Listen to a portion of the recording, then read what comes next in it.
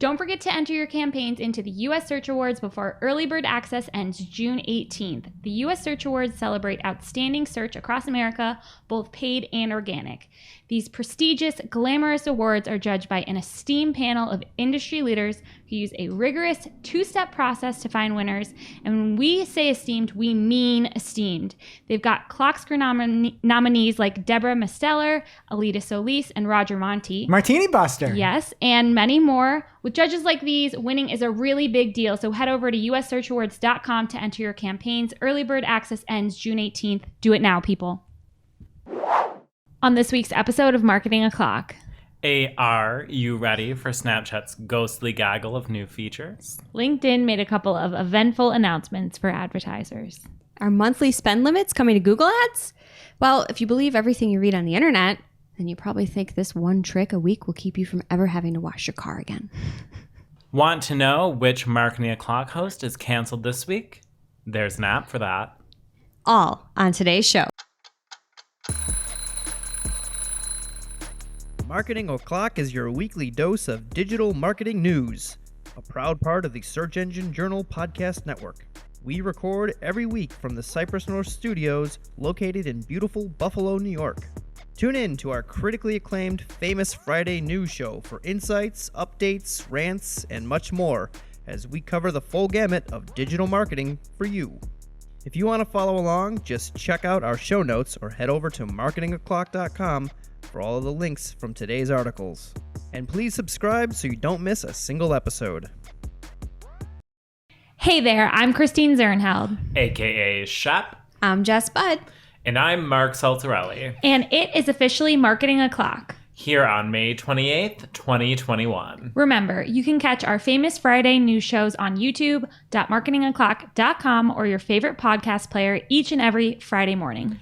All your digital marketing news from the week. Powered by the digital marketing community. And if you want to join the conversation, just hit us up. We are at Marketing O'Clock everywhere. And don't forget you can join our Discord community at community.marketingoclock.com. Hello, everyone. Thank you for joining us for another show. If you haven't noticed, Greg isn't here that week. And if my memory serves me correct, the last time that happened, it was March 2020 and the entire world shut down the next week. So I'm just hoping for some better results. Wow. Has it been that long since it was just I'm the pretty three of us? sure. Yeah. Yeah, that was my first episode. Yeah. Congratulations on being off to a good start. But anyway, I am so happy to be joined by Jess and Mark. Mark, what do you have going on this week? Oh my gosh. I was at the beach this weekend, and you know how like planes fly by and have advertising? Or like and proposals. It's really obnoxious. Yeah. And I experienced a new form of beach advertising where a barge was driving down the beach in the swimming area with a electronic billboard that's promoting Mike's Hard Lemonade Seltzer. Yes. Everything about that. It was just so surreal. I'm in the swimming area. I turn around and then all of a sudden there's this giant billboard, but it was way too close to shore. I'm like, this gigantic Mike's Hard advertisement's going to run over a swimmer. Oh my God. And then people are like mad at ads for like ruining Facebook, and that's ruining the environment. Literally. How am I supposed Ew. to have a peaceful beach experience? I hate it. What about you, Jess? I'm just reeling from this hot date I went on last night. My husband and I went to a retirement planning seminar.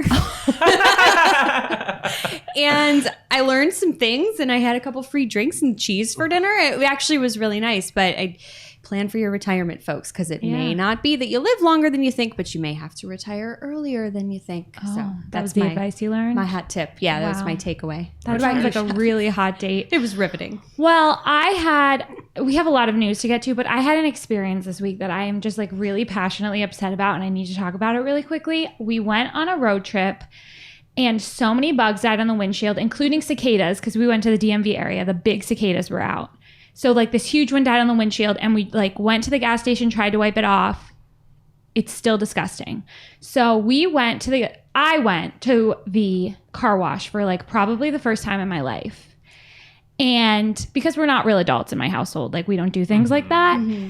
And I could not believe, first of all, how long the line was on a Monday evening. Like these people are so sad that they're so obsessed with it.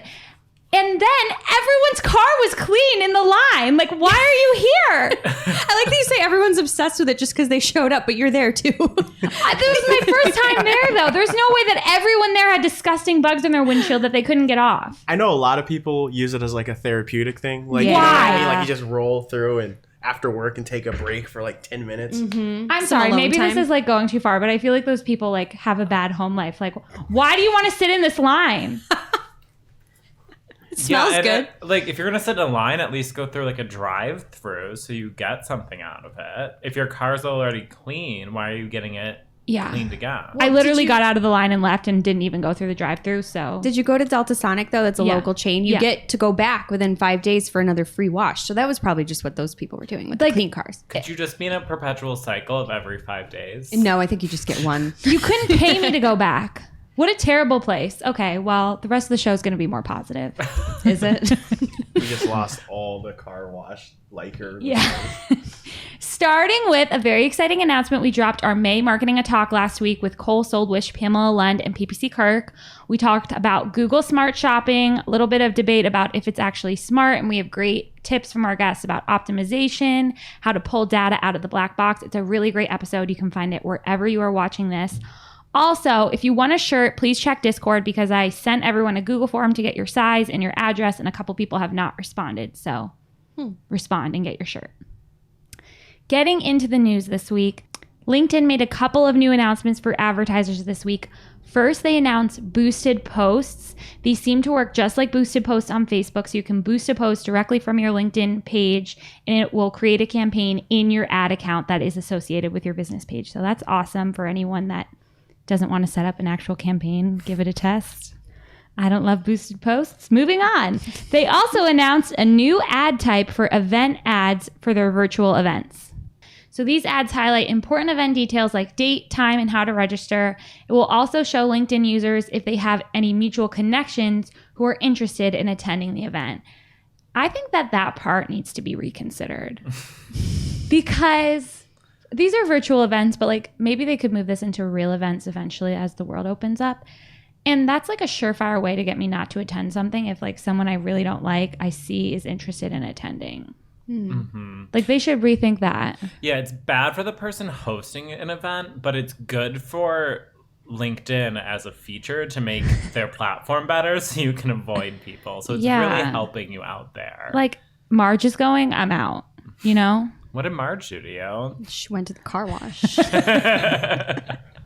I just think they should really rethink that one. But they're also launching an event analytics tool that provides event organizers with metrics such as total number of attendees, unique event visits, attendees' top job functions, and viewer count. I think that the job function part in particular is really cool because you can see, like, as the event host, who is actually attending your event, what their job is. I think that could be really interesting information to dig into. What do you guys think of this?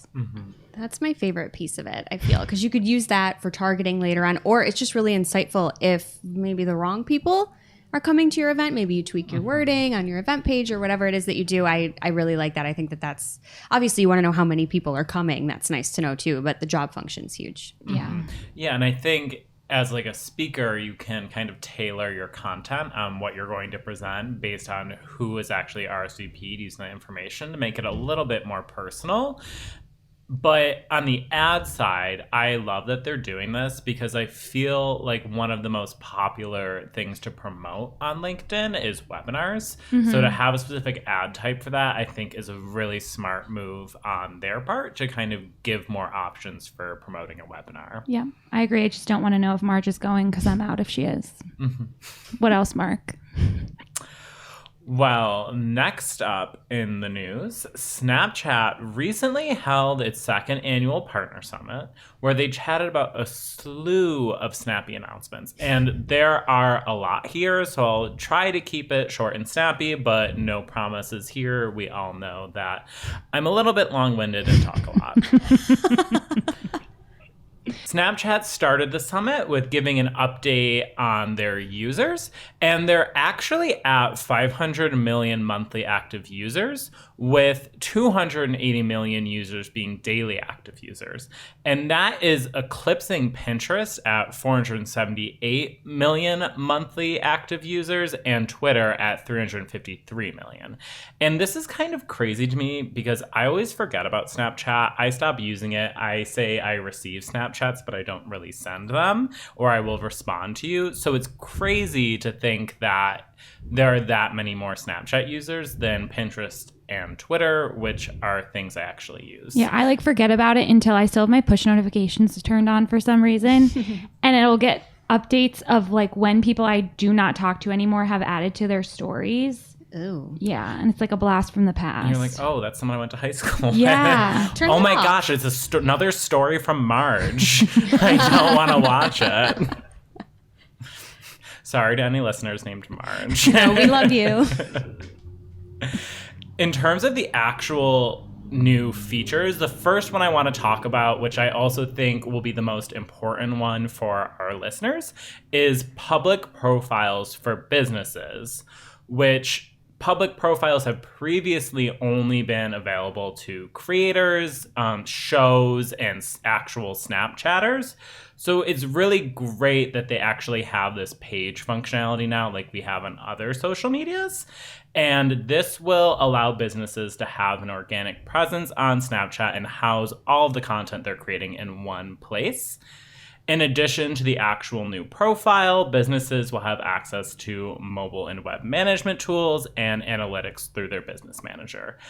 Any company that has a business manager account can sign up to have a public profile now. Which I just can't believe it didn't already exist. That's what I was going to say. I guess because nobody really has a profile on Snapchat. At least when I used to use it, you were just sending things. It wasn't you went to see a profile, but they're just always behind. What were you doing as a company, just sending Snapchats to individual users? That's probably why no companies are on there. Sad. So this is the changing of the times. Yeah. Next up, they announced AR-enabled spectacles that will support full AR overlays, so you can look through them and see a full virtual experience in the real world. They aren't available to the public yet, but Snapchat announced that they're currently partnering with AR creators to, and I quote, reimagine the way we communicate, live, and explore the world together through AR experiences built in Lens Studio. I just don't think this is going to be the difference maker for them, but okay. Yeah. Just Again, live in the world. They're not the first person to make AR know. glasses. Yeah. And do you ever see people using Google Glass or anything? No. Maybe they can be the last to make these glasses. We don't need them. The last great AR spectacles, as they call them. I appreciate that they use the word spectacles. Next up, they're moving their scan feature to the main home screen. And this one is interesting. You can use the camera. And the first thing they call out that you can use for it is to identify hundreds of dog breeds. This has massive marketing implication. Yeah. No. More than 600,000 plants and trees. And millions of songs and products. And Songs the are cool. only useful one I feel is the products, kind of the songs, but we already have Shazam. Yeah. But So I never really the used products is important. That has a marketing angle, and that's what they put last. But I guess they were saving the best for last. Yeah, I've really just been out and wondering what kind of tree or shrub that was. Yeah. So I can't Greg wait to made- use it. And the dog's peeing on it. It gives you all the info. All the info you need. They're also improving their AR try-on tools, which are great for shopping. You can try on clothes virtually. And also in shopping, they are updating dynamic shopping lenses, which will include price and availability listings in stream, which would enable direct purchases from the AR tools in Snapchat, which is pretty cool. On the creator side, we talked about before how Snapchat was giving millions per day to Spotlight creators, which is their TikTok competitor.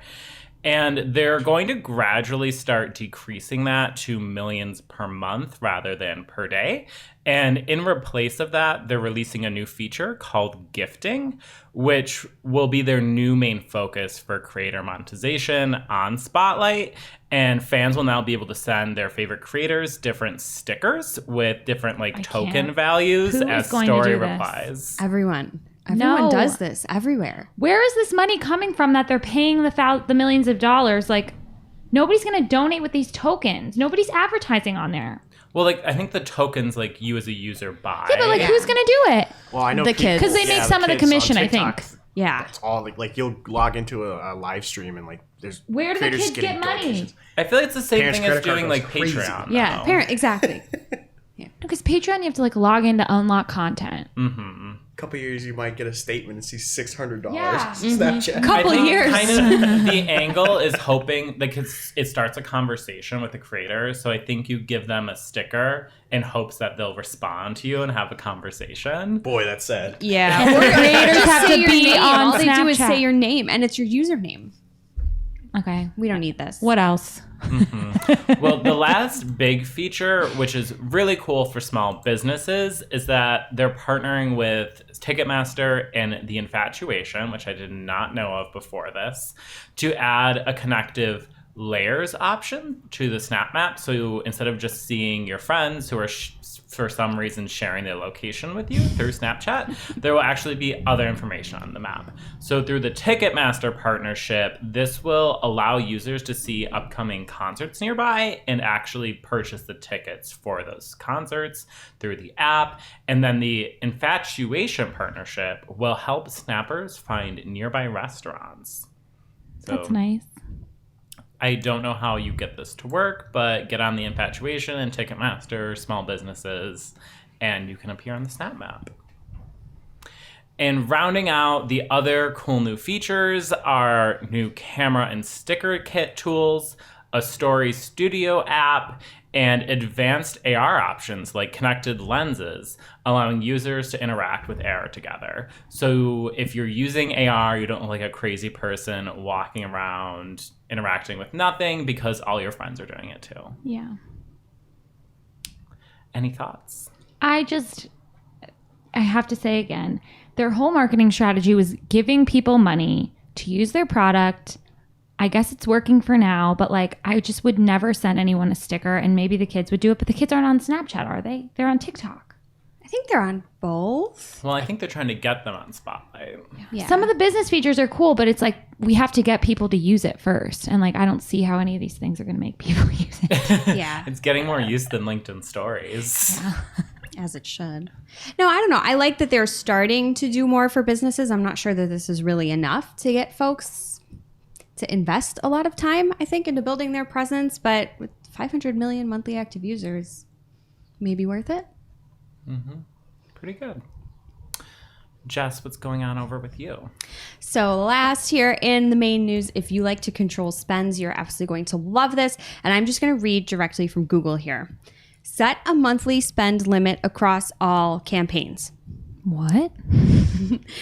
Now you can set a single account level monthly spend limit to control costs across all your campaigns rather than set a budget at the individual campaign level. A monthly spend limit can be set and edited on any day of the month. Your campaigns will stop running as soon as the total spend reaches the limit, and the amount of the monthly spend limit will then reset automatically on the first day of the next month. And if you haven't put two and two together, I'm talking about Google Ads here. I love that. It's very exciting, but what I don't like is that I don't see it in any of my accounts. I don't know if you guys tested this, looked for it. I haven't seen it. Yeah. Same. It's nowhere to be found. And I thought maybe it was an error with the setup instructions because those are not correct either. They say to go to billing under the wrench symbol, but billing is under a cog. They don't know their own platform.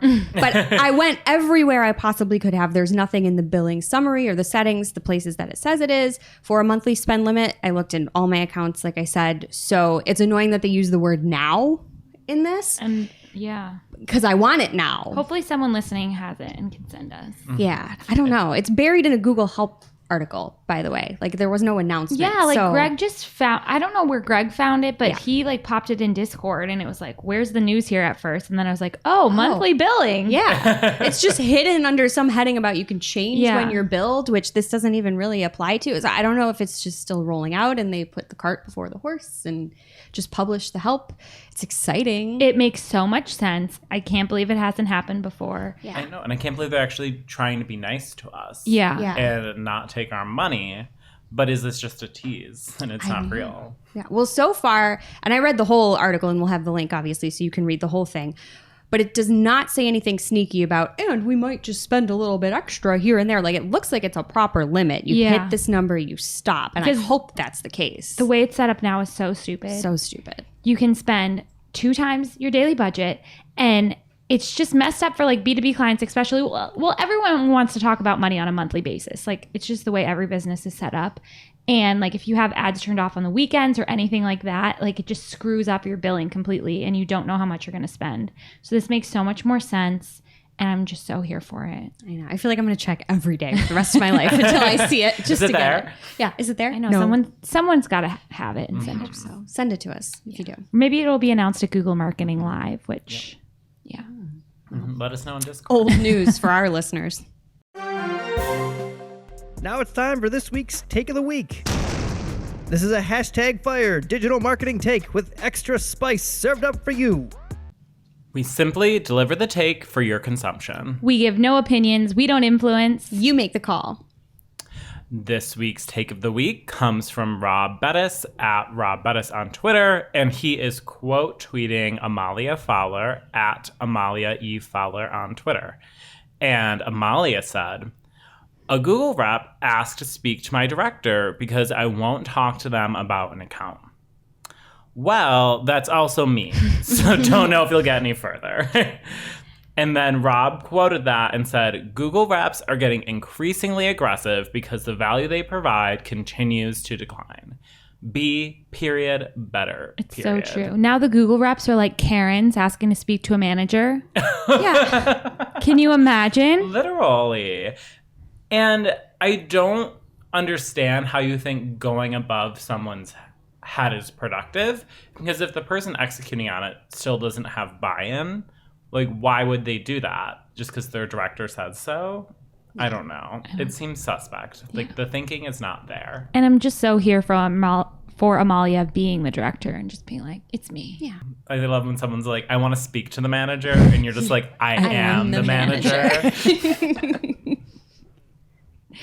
And now it's time for this week's ICYMI. This is something you just may not have seen.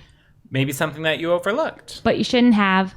ICYMI people from Dwayne Brown at Dwayne Brown on Twitter. He says, "My client wants our agency to pay for ad costs and then we bill it back to them, ...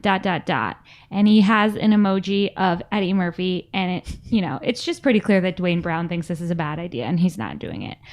So this sparked a lot of great conversation. There was like a huge thread of responses. So Andrew Lolk said, "Say yes on these conditions. 10% fee, all ad spend is prepaid, done deal. That's how we'd do it."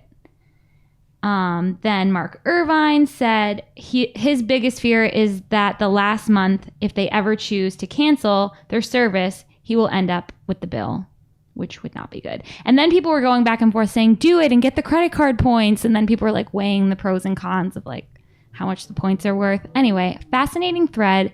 Definitely something to consider. I know that we don't really like to do it here. What do you guys think? I don't love it because it's an extra layer of management. Yeah. It's something else that you have to keep track of on top of the work you're already doing, which is far more valuable than making sure bills are paid and that you're staying within somebody's budget if they prepay. I don't love it. I'm sure it works for some people, but I don't like to work like that. I think the only upside for me is that it's so obnoxious when a client lets their billing information like be broken. I don't know what the right word is, but like if their credit card's declined or like it needs to be updated, and then all of the ads are off, and like sometimes it takes like a week for them to fix it. Yeah. That is really obnoxious. So I think that's the only thing that would really solve. But besides that, I'm kind of sketched out. It's by just this. messy and like I don't want to do it. I don't want to touch that personally. The U.S. Search Awards are coming up on October 7th and are recognizing the best campaigns in SEO and PPC. A few of the awards up this year: Best Local PPC Campaign, the Best Low Budget SEO and PPC Campaigns. Everybody's included. The Best Integrated Campaign using both SEO and PPC. The Most Innovative Campaign for both SEO and PPC. A lot of crossover here. Best SEO Campaign and Best PPC Campaign.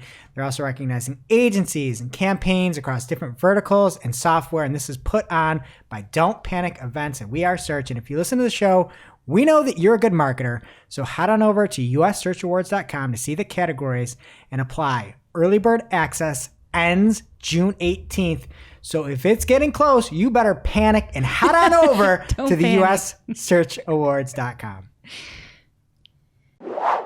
Now it's time for this week's lightning round. Pew, pew. At this point in the show, we split up our content into 3 parts: paid, organic, and social. Quick reminder before we jump into the paid news, we record on Wednesdays. It is Wednesday in our world right now. So if you are listening to this on Friday the 28th, Google Marketing Livestream took place yesterday on Thursday. If anything big happens, we will definitely let you know next week, or join us on Discord where we share the news as it breaks. First piece of paid news, Andrea Cruz at Andrea Cruz 92 says, big news for LinkedIn ads. If you saved a campaign as a draft or are duplicating campaigns but need to change the ad format, LinkedIn now allows you to keep the current audience rather than deleting all the filters you had already selected. And she mentioned PPC chat and marketing by Mark. Yeah, I mean, if you have LinkedIn news, you have to mention the Mary Poppins of sales funnels. It's just not an option, you know? Hey, that's me. I love, like, because Andrea and I got into, like, we were getting into a competition of who would find new LinkedIn ads features that's first. so I mean, she fun. always wins, but I'm just a little bit excited when I find one before she does. So I think it's become like a habit to like tag each other That's in anything fun. about LinkedIn ads. So sweet. Mm-hmm.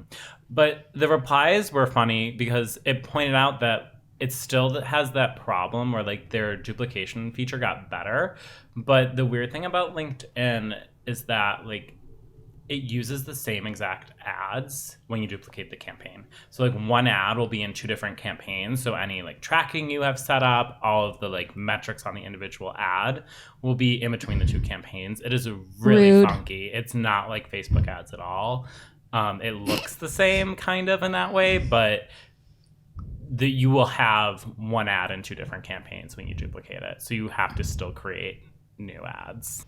And next up, Amazon's ad revenue is now twice as big as Snap, Twitter, Roku, and Pinterest combined.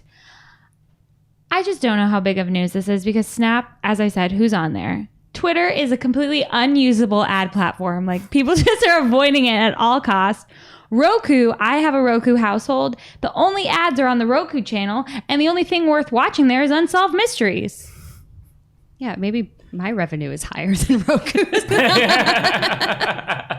So it's like Pinterest is the only network that really matters here. And it's also such a weird combination. Yeah. Because it's not like you're comparing like e-commerce giants. You just picked 4 ad networks. Yeah, like Roku is so random in there. Like, what? It's backwards math. They just picked numbers that didn't add up. It could have been anything. So anyway, now you know. And Ginny Marvin at Ginny Marvin on Twitter had a big announcement this week. She says, starting today, I'll be tweeting about Google Ads products and policy announcements, insights, and more from at Ads Liaison. So if you don't already follow that, follow it now. You don't have to pause the show, but just go follow it now. She says, I'll often reply from this account, meaning at Ginny Marvin, and will continue tweeting about digital marketing, food, TV, and whatnot here. I like get why they do this, like with Search Liaison too, because they want like the official account and like maybe somebody could do it after Jenny. I get it, but like it's so confusing when they're like tweeting from both. So I'm interested to see how she'll handle it. And next up, there were some announcements from Google Ads this week regarding app campaigns. So first of all, advertisers targeting Android users will be able to search prospects on desktop as well as mobile on the desktop version of the SERP as well as the Google Display Network. While the app ads will link to the Google Play Store desktop website, the store will allow users to install the app directly onto the device linked to their Google Play account. Here's the important part. Android app advertisers will be automatically opted into desktop beginning in June. Rude. That's literally so soon. Because- Give us more of a notice. And I just don't think it's going to convert well on desktop. I'm sorry. It just Yeah, no. makes zero sense. You have to assume the person's logged into the same Google Play account. It's like people have a different account for their desktop and then on their phone if they're working. I'm also concerned about the intent of the search because who is looking to download a smartphone app on their desktop? Yeah. So if they're It's even probably like looking a- for a mobile app, it's probably much more informational intent than actually downloading something. And the display is going to just run amok. Yes, Yeah. which is what they want. They want those clicks. They love the chaos. They also announced event creation and modification will be possible within Google Analytics without requiring any code updates. I guess that's a big news for app people. Google announced the Deep Link Validator, a tool that helps advertisers validate deep links for their entire Android app and data-driven attribution for deep linked campaigns. I've never advertised an app before personally, but I had a really good idea for one this weekend. It's called Are They Canceled? And you can search anyone's name and find out if they're canceled because you're always wondering. And for the app, you could do push notifications. So you can find out as soon as someone's canceled. You don't have to be behind. That's way better than your Snapchat push notifications that you're still getting. I ship this. Yeah, we should trademark it. It's not a bad idea at all. Right? I think we can probably develop that here at Cypress North. Probably. We probably have the capabilities. We should put in a request to the development team. It would be a great use of our time. Actually, I had this idea my first time in a bar in a long time. And I almost sent it in our random channel in Slack and I had it typed out and I was like, this is a bad idea.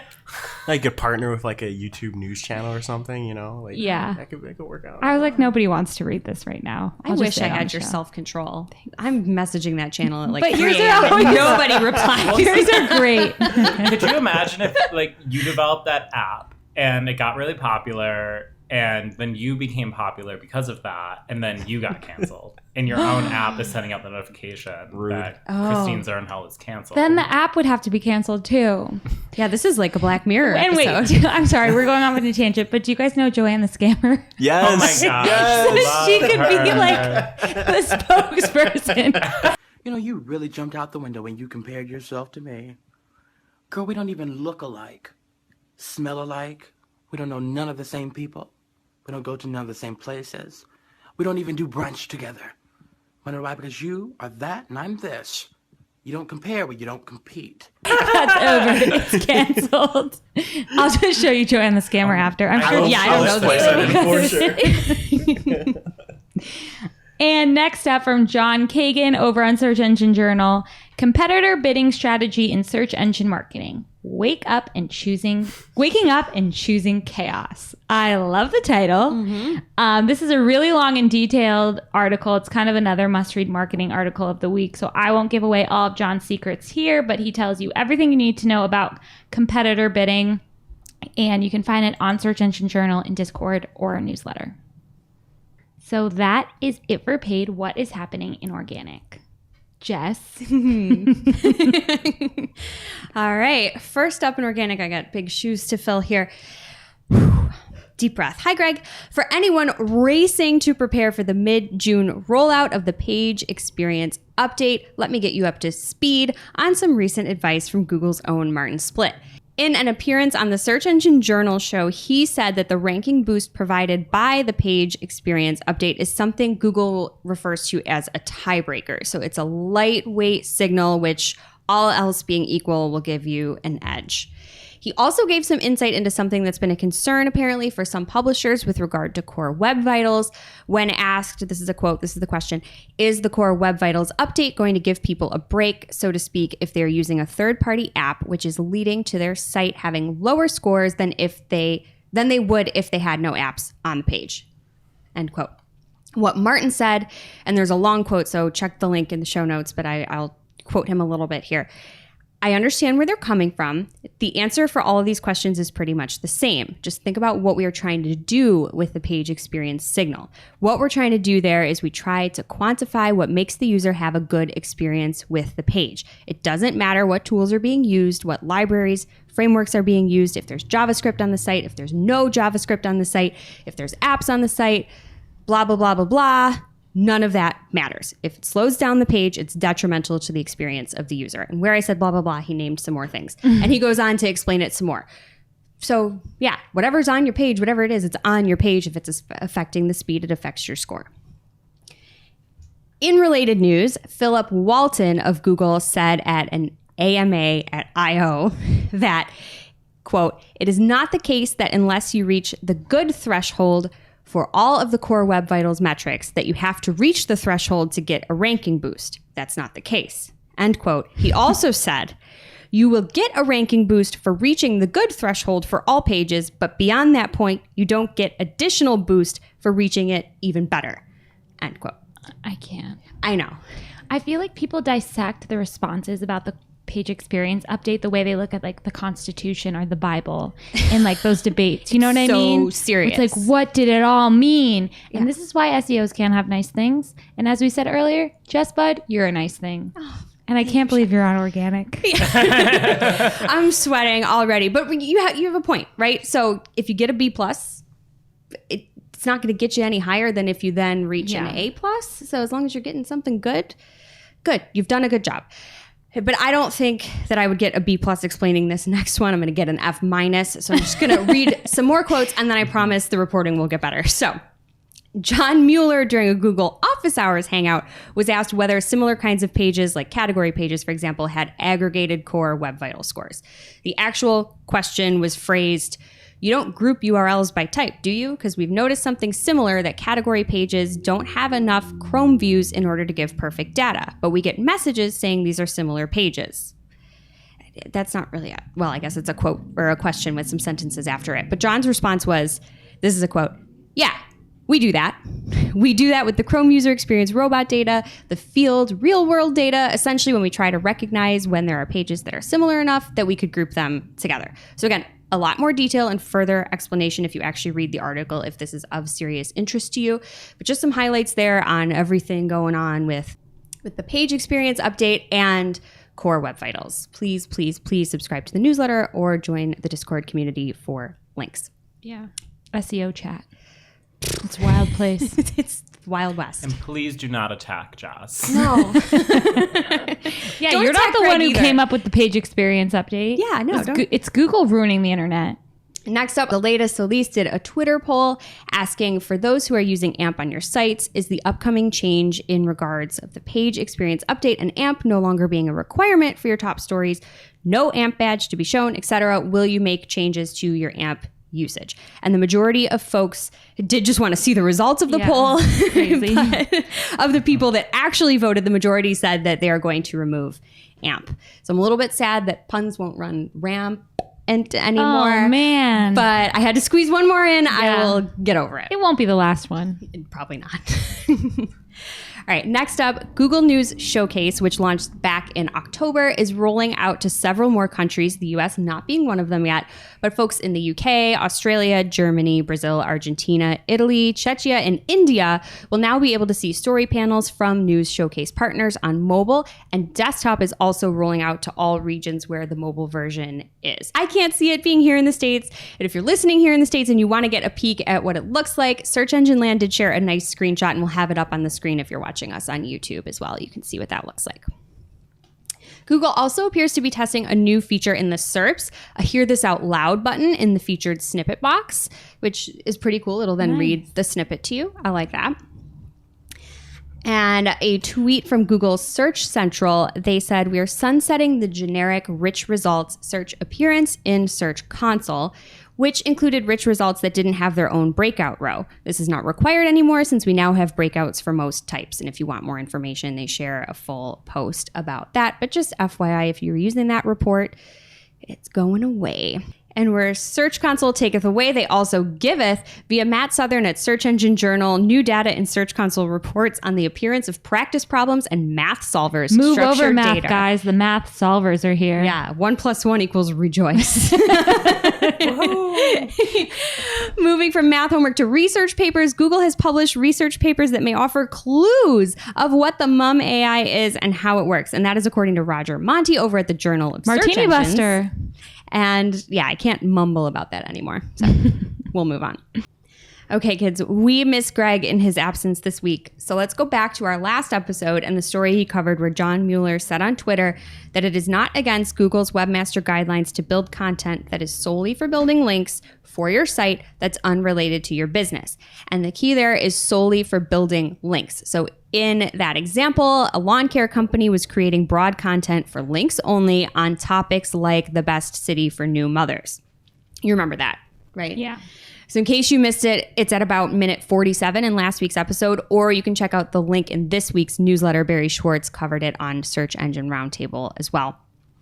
So again, according to this tweet, it is not against webmaster guidelines to create content that naturally attracts links, even if it's unrelated to your business. But what about this post from Jim Boykin over at the Internet Marketing Ninja's blog? It tells a tale of a client of his who just a few months ago received a manual action penalty for unnatural inbound links, for links to a scholarship they were offering. One of those unnatural links was legit from a scholarship page on a .edu site. So the client that Jim was referencing had submitted a reconsideration request and was given 3 examples of links that were in violation, one of which appears to be from an EDU list of various scholarship opportunities. It's impossible to say if the link is unnatural or not, but according to Jim, and this is a quote, "This is the first I've seen of Google penalizing a site for doing scholarship link building. Sites that have gone down the scholarship rabbit hole, beware. It's probably been filtered for years, but now it appears that it can get you penalized." End quote. So anything we say would be speculation given that we don't have all the facts, but it was kind of along what Greg was saying last week. Like, is it a link scheme? If Jim's blog post is accurate and there's no reason not to believe him, then not only can those links not help, but they can hurt you, right? Mm-hmm. So WTH, an actual college linking to a slew of legit scholarships that can help fund education and cut down on student debt is against Google Webmaster guidelines, but lawn care company with the best cities for new moms isn't. It shouldn't be. Well, the first one shouldn't be. It just seems like a double standard if it's true. So if you want to play it safe, I would say just skip it all and stick to the crabgrass. Well, that's how Greg says they're ruining the internet. Like, nobody can link anywhere. Nobody knows anything. Just helpful content for your users. Yeah. Relevant content. Moving on. It looks like there was another algo update for the Google on May 22nd, and Barry Schwartz called this one off the charts, and he shares the charts to back it up. He did that for us. Yeah, probably. We see you, Barry. Yeah, we love it. The most fun part, though, was not the charts. It was his coverage of the chatter from the SEO community around the update, and I love the optimism. Comments include, "Another day." I don't know if we can. That was the quote. You can bleep me if you have to. Another comment was, "Google is now killing us all off. Worst week in years. Several consecutive days of trickle traffic and 0 sales." Sadness, but good news too. 2019 BFF of the show, Glenn Gabe, reported some surges, but he did also note just some general volatility in accounts. Aleda Solis was jazzed about performance, so much so she used the heart eye emoji and the muscly arm. Ooh, yeah, we'll have a screenshot of all of their charts too, but then other folks are reporting the opposite. So moral of the story, as with every update, is just annotate, annotate, annotate. And again, that was May 22nd when folks started seeing this. All right, YouTube is updating their terms of service on June 1st, and we'll have the link in our newsletter and Discord so you can get all the details. The nice thing is, though, terms of service are always like legal speak, and this post breaks it down for non-lawyers, so props to them for making it easy for us all to understand. Sticking with YouTube, a new Creator Insider video this week said that videos on the platform will not be removed automatically just for being flagged too many times, which are not exactly the fun facts I was hoping for when I saw the featured image of myth-busting flags. But I guess we'll just never know what the welcome pineapple really means. So that will remain a secret, but what's no secret is what Google did in 2020 to work towards a safer and more spam-free search experience. You can get all the details on those efforts in Wednesday's post on the Search Central blog. So you can head on over there for insights as well as cute pics of Googlebot and the spider friend. In Don't Hold Your Breath news, a tweet from Barry Schwartz, aka @RustyBrick on Twitter, it just says, Google mobile first indexing migration is not 100% completed yet. That hero image, I think it's supposed to be that she's praying for dear life that this all goes okay, but it looks as if she is praying to Google as if it is a deity. Ew. Oh, great use of the word deity. Wow. Yeah. Okay, well, check that out. She must listen to the organic section. You should this have week. her do the news. Who is she? Does she worship Google? From Spotify, as part of a new beta rollout, the platform will begin auto-transcribing certain exclusive and original shows over the coming weeks with the goal of going wider and making the app more accessible. And speaking of, in honor of Global Accessibility Awareness Day, Google has shared some tips on how users like you can help make Google Maps better. On the business side of that, tips include adding accessibility attributes to your listing. Why wouldn't you do that? More information to get people into your business. Love it, love it. Google AI has announced Kelm, which is a new way to reduce bias and toxic content while increasing factual accuracy. I love all those things, and if you want to really learn about what it does, you can read the article, but I know what the people really want, and they want to know what the acronym stands for. Of course. Right? So Kelm, K-E-L-M, stands for Knowledge Enhanced Language Model Pre-Training. Where is Nope, the P? It's wrong. No idea why it's not Kelp. They're both dumb. If the acronym isn't there, don't do it. Businesses on Yelp can now add an LGBTQ-owned attribute to their listing. Businesses identifying as such or who have selected the Open to All attribute will be highlighted with a rainbow map pin throughout Pride Month too, which is really cute. I love that. Next up, from The Verge, Microsoft has built an AI-powered autocomplete for code using GPT-3. And the subheadline says the tool has a small scope but big potential. And I That's think terrifying. Yeah, they just spelled bug wrong. Yeah. I don't even know. Just doing basic code, any autocomplete is like always wrong for me. And I'm just trying to type, and I type out what I want to type, and then the autocomplete is also there, and then there's twice as much code as there should be, and it's broken. Sounds like nothing could go wrong. I think like planets could be destroyed. I think we should run away from this. Yeah, I agree. Speaking of planets being destroyed, Shep, I know you cried when this news broke. Someone paid $761,000 for the Charlie Bit My Finger video as an NFT, and apparently it's being removed from YouTube. So Yeah. it's still there though now, as of like an Okay. hour ago from recording. I watched it one last time. That is just so 2021. Why would you... This is like the thing about like how art should be in a museum so everyone can experience it. Why are you taking that for yourself? And that is awful. Charlie's brother, I hope, got the money. I mean, it was his finger. Yeah. I don't think it said in this article where the money was going, or it said that they didn't know yet. The family got the money, but I don't know what they're going to do with it. Good for them. I'm happy they can cash in on their fame and hopefully care for that finger. It's But- been like 20 years. But what? The finger is still disformed, I've heard. Really? No. No way. He didn't even cry. That's the real news. Charlie probably didn't for have teeth. The trauma. Oh, speaking of trauma, I am so done talking about organic. Mark, what is happening in social? Well, let's start off with some great news. Bring up the vibes after we lost a gem of a YouTube video. I have great news from the Twitter bird, from Matthew Southern of Search Engine Journal. After 4 long years of being closed, Twitter is now accepting public applications for verification. So now we plebeians can apply to have a blue check mark, like runner-up for Greg of the Year at Greg Finn, at Greg Finn on Twitter. The application will be available from your account settings and is being rolled out gradually. I went to check right away and I don't have access yet. I'm not sure if any of our listeners do, but they said not to freak out because it's just randomly being rolled out to groups of users at a time. Twitter had this taken down for 4 years because people were getting confused and thinking that a blue checkmark was an endorsement for Twitter, that they were associated with that person and supported them, when in actuality, the badge is supposed to give accounts of high public interest, kind of like a checkmark to show that they're authentic, they are who they say they are, and that Twitter has done like a check to make sure that's the correct person.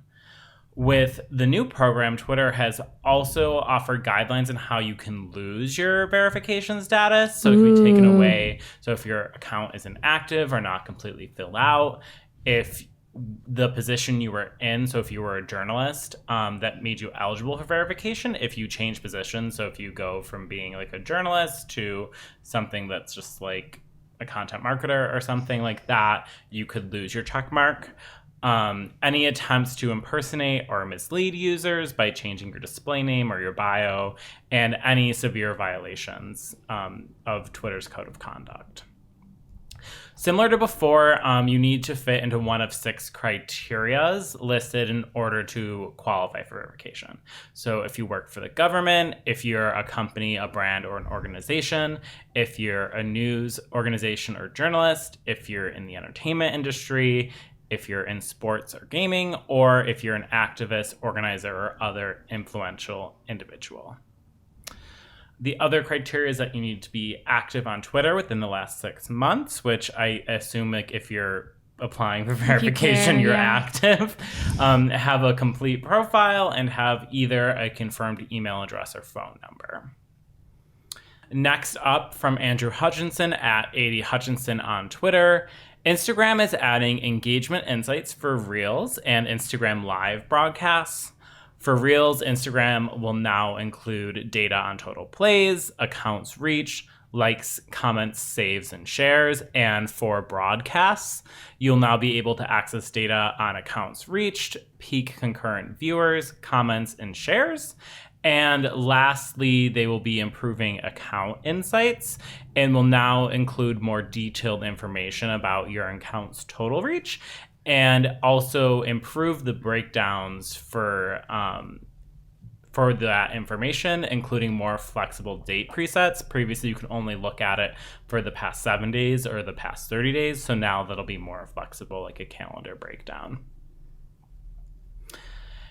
And another story from our friend at Social Media Today, also on Instagram, they, to no one's surprise, are copying another popular TikTok feature with its new audio tab. The feature will allow users to search for songs from a library that they can use in posts, or they can find other reels that are using that same sound. I hope it's better than the TikTok one, because I don't know if it's just because I'm an old lady, but like I found songs are like unfindable on it. Is that a thing? Like you search by the name you think it is and it's nowhere. I think that might be more that Twitter doesn't have like the licensing, or not Twitter. No, it'll be one TikTok that doesn't have the licensing. Yeah, so people are like cheating and using it a different name. Yeah, it's just hard, makes it hard. I know for old ladies like me. Anyway, maybe Instagram will be better. I doubt it. Yeah. Ooh, it's 80 Hutch coming in clutch again. Twitter is testing displaying super follower accounts to accompany the launch of the new feature that we previously covered. And the goal is to use social proof to help your total super follower count help you to attract more super followers. And the example is from Jane Mansion Wong, showing that she has 420 super followers. So you're like, oh, these people are following her. Maybe I should too. Yeah. I feel like she should have more. Mm-hmm. Well, it's not even rolled out yet. I think this is like a mock-up. She will have more. Oh, she better. Go, everyone super follow her right now. You can't. $4.99 a month. Yeah. And from Sarah Perez of TechCrunch, taking it back to Instagram, they are launching a new Drops feature at the top of the shop tab, where consumers can discover, browse, and shop the latest product launches, or as they're calling them, product drops, as well as seeing any upcoming launches and sign up for reminders of a product that you're excited is going to be launching. So any of you go-to-market people, this could be very exciting for you to take advantage to promote your products or your drops. And rounding out the social news, a bunch of major networks could be #blocked in India coming up. Actually, it would have gone into effect on May 25th, but Facebook, Instagram, WhatsApp, and Twitter need to comply with the country's new intermediary guidelines that would require the platforms to appoint an Indian compliance officer to regulate on the platforms in India. And this will also be extended to some streaming platforms like Netflix and Hulu. So far, the only social media to comply with this is the Indian version of Twitter called Koo. Ooh. And I'm like, who is Koo? But I'm kind of interested in finding out. Yeah. It's spelled Koo. So not like a coup d'etat. But it's like a bird noise kind of. I can see tweet cuckoo. Yeah. Yeah. It's nice. No, I'm cuckoo clock. Yeah. I'm a fan. Okay. Yeah. I'm a fan. But yeah, I don't know. The major networks asked for an extension. I don't know if they'll get it. This could be very interesting because India's a huge country. Right. It And just to not sounds have like those users could be insane for these networks. it's like TikTok 2020 all over again. Ugh, I roll.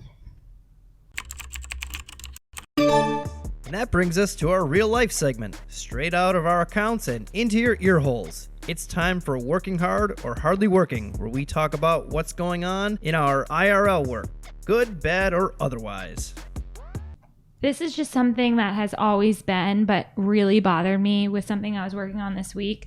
You can raise bids to their bid estimates in Google Ads, but you should just be able to set bids to their bid estimates. Like if your bid is already higher than the bid estimate, you should be able to lower it automatically. Then But Google could lose money. Exactly. But like it would just make so much sense and I hate it. What about you, Jess?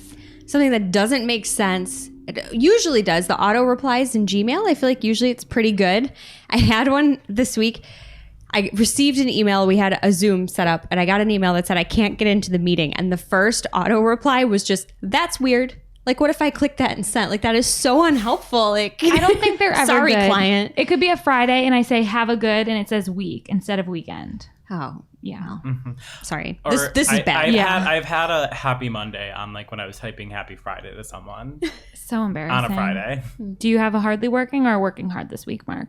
I have a working hard. Oh, great. Oh, It's all right. great. And usually like, we don't trust Google's automation, but I found it very handy when mining for good display placements from my remarketing campaigns to target and my prospecting campaigns, that when you type in a website to add it in the placements, Google suggests a list of similar websites, and a lot of them are pretty good. Obviously, vet them first, but I think it's been very helpful for me in just identifying different options that I can add to my placement list. And now for this week's Cool tool. As a reminder, our Cool Tool segment is not an official endorsement or paid mention. We're simply sharing something we found in our travels that may be of use to our listeners. And is really, really cool. This week's cool tool is kind of a build your own tool courtesy of PPC Reddit. So this comes from Monique's Experiments, which is a tricky one to read without spaces in her username. Anyway, Monique has a guide to how to use Google Sheets to create automated reports for Facebook ads for free. This is super sneaky and amazing. The first step is creating a Facebook app to get your access token, and then it's just an amazing guide from there. She's a genius. She calls this a quick tip, but it's actually a full tutorial. There's also a 44-minute YouTube video that shows you how to do it. Her YouTube profile is Maker Tutorials. If you're as afraid of PPC Reddit as I am, you can go watch it there. Now it's time for our must-read marketing article of the week. An article so advanced, so in-depth, so detailed that we simply cannot cover it in its entirety on today's show. This week's must-read article of the week is from Brian Dean over at Backlinko, Email Marketing, the Definitive Guide. This post really has everything you need to know to be successful in email marketing. It covers the basics of email marketing, how to build a quality email list, improving open rates and deliverability, making templates for different marketing campaigns, software and automation options, advanced strategies, and so much more. It was really helpful. I'm an email marketing pro, and I actually got a lot from this. Backlinko is always the best. We stan. So head on over to marketingclock.com and sign up for our newsletter for the link to that full, wonderful article. Thank you, Brian. All right, that does it for today's show. It is now officially not Marketing O'Clock. Remember, you can catch everything from the show by signing up for our newsletter, marketingoclock.com/news. And please be sure to subscribe on YouTube or your favorite podcast player so you don't miss a single episode. And we'll see you next week. Thanks for listening to Marketing O'Clock, part of the Search Engine Journal Podcast Network. If you're looking for more information on today's topics, head over to marketingoclock.com for links to all the articles that we covered. And please be sure to subscribe so that you don't miss a single episode.